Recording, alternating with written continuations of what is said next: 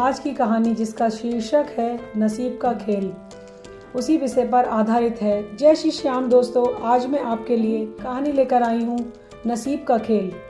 कई सालों पहले 3 दोस्त हुआ करते थे, दीपक, राजू और श्याम। ये तीनों के नाम थे।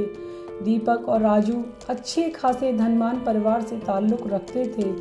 श्याम बेहद गरीब और साधारण परिवार का था। पैसों के मामले में इतनी असमानताएं होने के बावजूद भी दोस्ती ऐसी थी कि एक दूसरे के लिए कुछ भी करने के लिए तैयार हो जाते थे।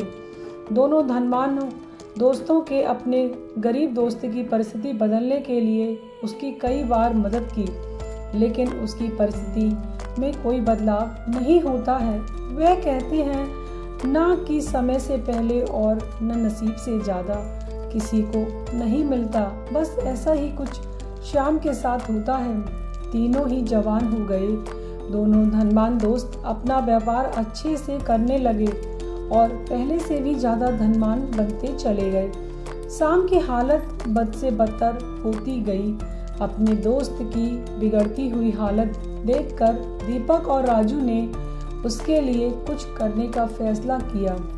दोनों ने 100 सोने के सिक्के एक थैली में रखे और श्याम को देते हुए कहा, तुम इनसे कोई व्यापार शुरू करो और पैसे कमाओ और अपनी गरीबी दूर करो। श्याम ने उन 200 सिक्कों में से 5 सिक्के घर खर्च के लिए निकाले और बाकी के 195 सिक्के पगड़ी में बांधकर शहर की तरफ जाने लगा, ताकि वह जाकर व्यापार के लिए कुछ जरूरी चीजें ला सके। वो गांव के कुछ दूर ही पहुंचा था कि आसमान से एक चील उड़ती हुई आई और उसकी पगड़ी उड़ा कर ले गई। श्याम ने उसका काफी पीछा किया, लेकिन चील इतनी ऊंची और तेज उड़ी कि उसको आखिरकार हार मानकर अपने घर लौटना पड़ा। कुछ दिन बीतने के बाद जब दीपक और राजू श्याम की हालत का जायजा लेने के लिए उसके घर आए और उन्हें श्याम की हालत में रत्ती भर का भी फर्क नजर नहीं आया, पूछने पर श्याम ने सारी हकीकत दोनों को बता दी। राजू को उसकी बातों पर भरोसा नहीं हुआ, लेकिन दीपक ने उसका विश्वास कर लिया। दीपक ने फिर से उसे 200 सोने के सिक्के दिए और बोला, फिर से कोशिश करो। दीपक और राजू के जाने के बाद श्याम ने सोचा कि अभी काफी रात हो गई है, इसीलिए सिक्कों को कहीं छुपा देता हूँ ताकि कोई चोर उन्हें चुरा न सके। कल शहर जाकर कोई धंधा शुरू करूँगा।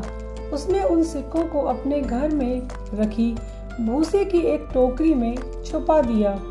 शाम सुबह नींद से जागा और सीधा उस भूसे की टोकरी की तरफ गया जहां उसने सिक्के छुपाए थे। उसने घर में काफी ढूंढा, लेकिन उसे भूसे की टोकरी कहीं नहीं दिखाई दी। उसने अपनी माँ से पूछा तो माँ ने बताया कि उसे सब्जी खरीदनी थी और घर में पैसे नहीं थे, इसीलिए उसने उस भूसे की टोकरी के बदले सब्जी खरीद ली। श्याम आखिर करता भी क्या, वह अपनी किस्मत को कोसता रह गया।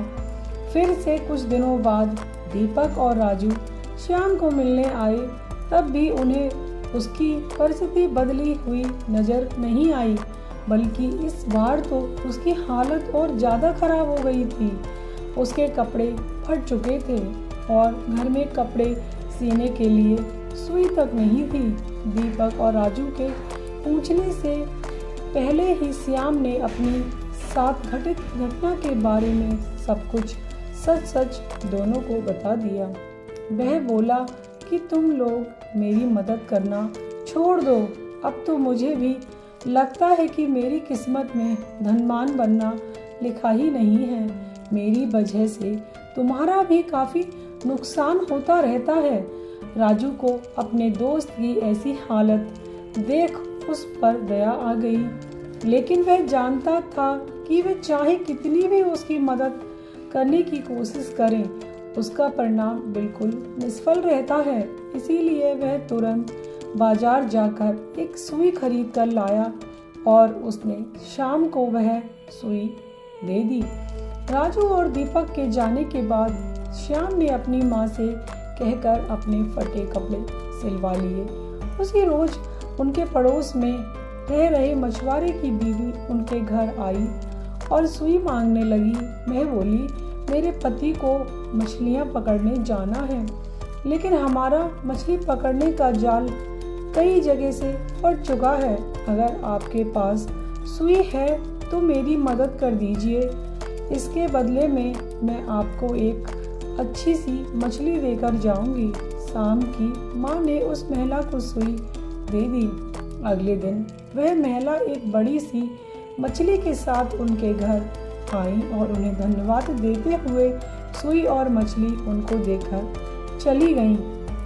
श्याम की माँ ने जब मछली को पकाने के लिए काटना शुरू किया तो उसके पेट से चमकीला पत्थर निकला। शाम को पत्थर कीमती जान पड़ा, इसीलिए वह जौहरी के पास जाकर उसकी जांच कराई तो वो बेहद कीमती हीरा था। उसको बेचकर शाम को 20,000 सोना मोहरें मिल गईं। इतने सारे पैसे उसकी गरीबी दूर करने के लिए काफ़ी थे। उन पैसों से उसने अपने लिए एक अच्छा घर खरीदा, काफ़ी सारी खेती करने लायक जमीन और एक बगीचा भी। साथ में कई सारे गाय भैंस खरीदे ताकि दूध का व्यापार शुरू कर सके। हमेशा की तरह कुछ दिनों बाद जब उसके दोनों दोस्त राजू और दीपक उसे मिलने आए तो उसकी बदली हुई परिस्थिति देखकर दोनों दंग रह गए। इस बार दीपक को शाम की बातों पर भरोसा नहीं हो रहा था।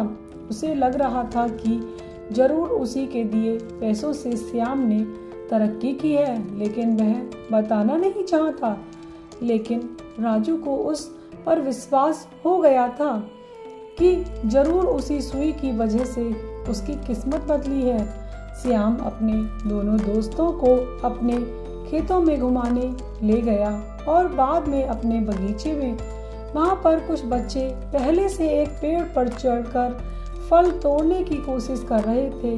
बच्चों ने गलती से वहाँ पर एक पक्षी का घोंसला गिरा दिया जिसमें एक पखंडी के अंदर 195 सोने के सिक्के वाली वही पोटली थी जिसे कभी एक चील श्याम के सिर से ले उड़ी थी।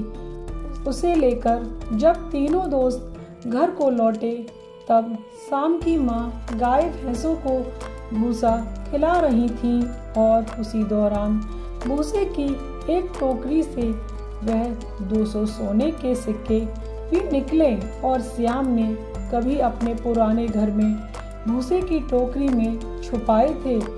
उसकी किस्मत कुछ ऐसा खेल खेल रही थी कि उसके हक की सारी चीजें और खुशियां उसके पास लौट कर आ रही थी। नसीब चमकने की वजह से शाम तो खुश था ही, लेकिन उससे भी ज्यादा खुश थे उसके दोनों सच्चे और अच्छे मित्र। दोस्तों, नसीब का खेल ये कहानी आपको कैसी लगी कमेंट बॉक्स में ज़रूर लिखें और मेरे चैनल को सब्सक्राइब करें, वीडियो को लाइक एंड शेयर करें। जय श्री श्याम दोस्तों, राधे राधे।